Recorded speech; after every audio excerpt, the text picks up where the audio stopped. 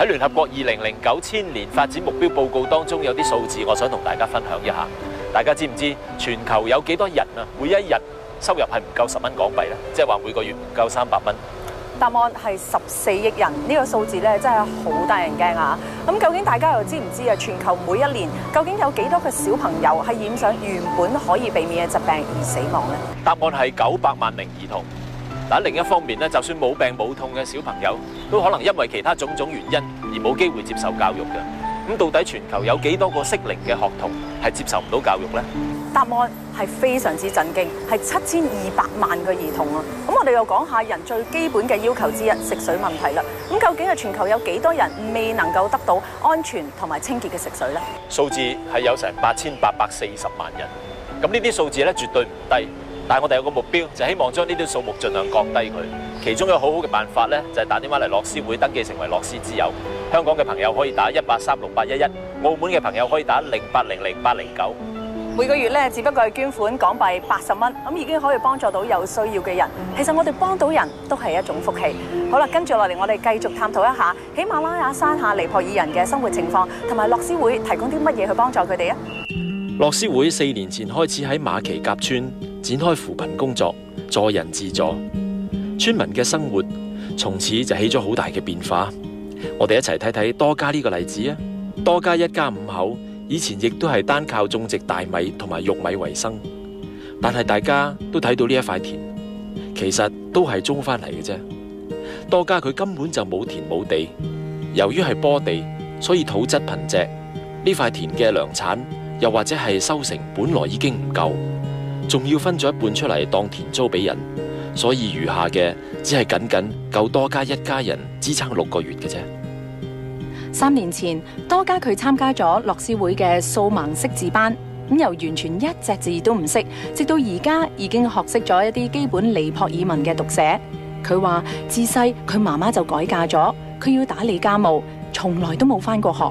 咁到咗而家咁嘅年紀，竟然仲有機會學習，學識睇一啲簡單嘅通告、計數，咁並且仲識得寫自己個名，真係好開心，自信心都增加咗。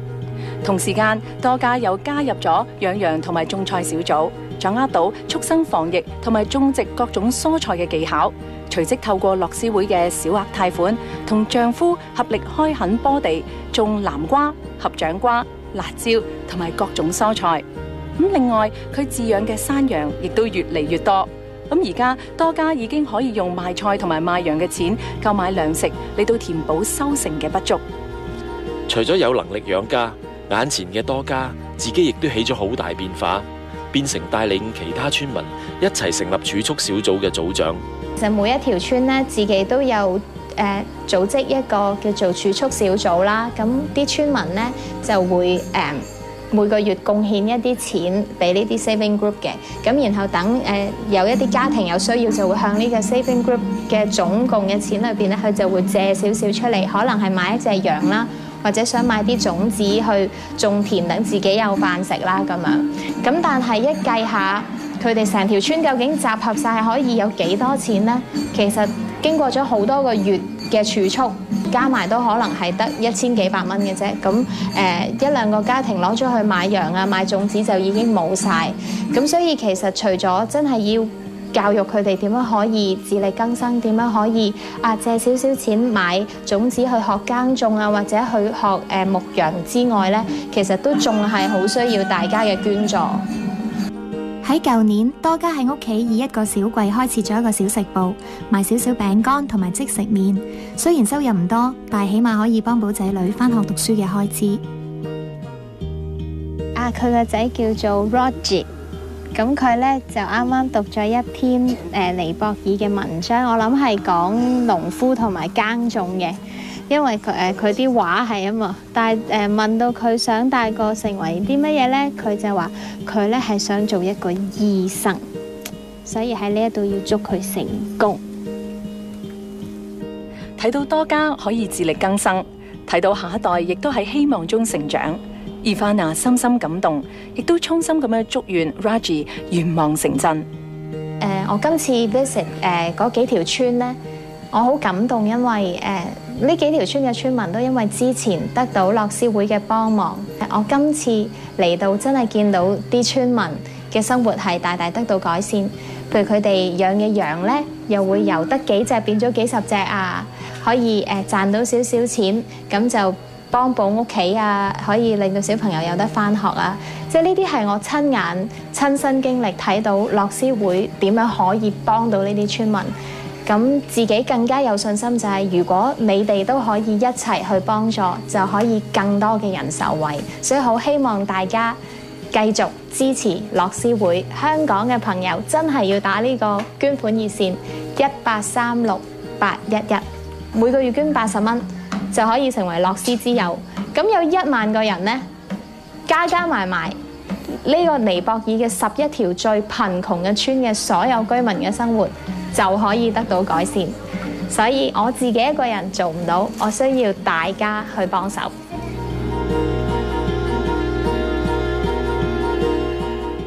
喺香港，每個小朋友至少可以接受9年免費教育嘅機會，但係喺尼泊爾中南部納瓦爾帕西縣嘅布根村，小朋友就冇咁幸福啦。唔係個個都有機會到政府開辦嘅學校讀書識字。教育喺普遍家長心目中並唔係最重要，大部分家長為咗子女嘅安全，都寧願佢哋留喺屋企，因為小朋友要去附近嘅政府學校返學，起碼都要行成個幾鐘崎嶇嘅山路。由於路途遙遠，父母都好害怕子女上學途中會發生意外。另外，由於父母要落田工作，所以佢哋都希望子女可以幫手打理家務。就係呢啲原因，令到村裏面90%嘅小朋友都冇機會到正規嘅學校接受教育。平時當父母落田工作，佢哋就變咗冇人管啦。喺山林嗰度四圍跑，其實係非常危險嘅。今年11歲嘅迪古雅喺2年前左右，就好似其他小朋友一樣通山跑，冇機會返學讀書。由於佢係女仔，屋企嘅家務都會由佢負責，要幫手煮飯、打掃，又要去附近嘅水源擔水飲用。樂施會相信每一個人都應該有受教育嘅機會，咁於是喺2005年喺社區裏面就興建咗一間學前教育中心，咁俾村裏面嘅小朋友同埋老師學習基本嘅英語同埋數學知識，為將來升學做好準備。同時，老師亦都會游說家長等子女去正規學校嗰度上課。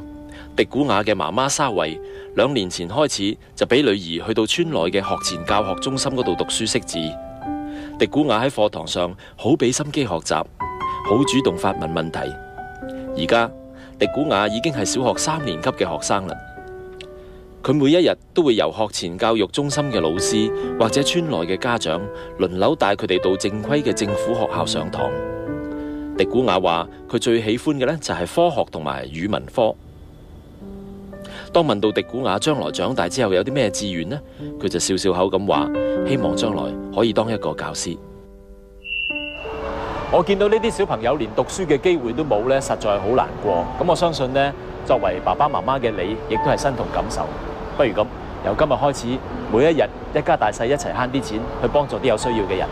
其實我已經準備咧，就係呼籲身邊有仔女嘅朋友，叫佢哋鼓勵12歲以下嘅仔女登記成為小小樂施之友。咁從細去教導佢哋要去關心同埋幫助有需要嘅人。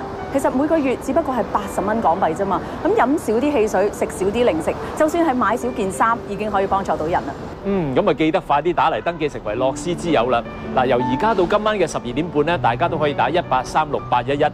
而聽日咧，亦都可以叫啲親戚朋友打嚟㗎。接聽嘅時間咧就係上晝9點到夜晚10點，電話都係1836-811。澳門嘅朋友就可以打0800-809。就算你已經成為咗樂施之友，都可以叫更多嘅朋友嚟去支持我哋㗎。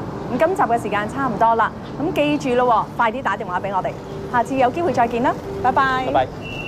I'm on the top of the world looking down on creation, and the only explanation I can find is the love that I found ever since you've been around.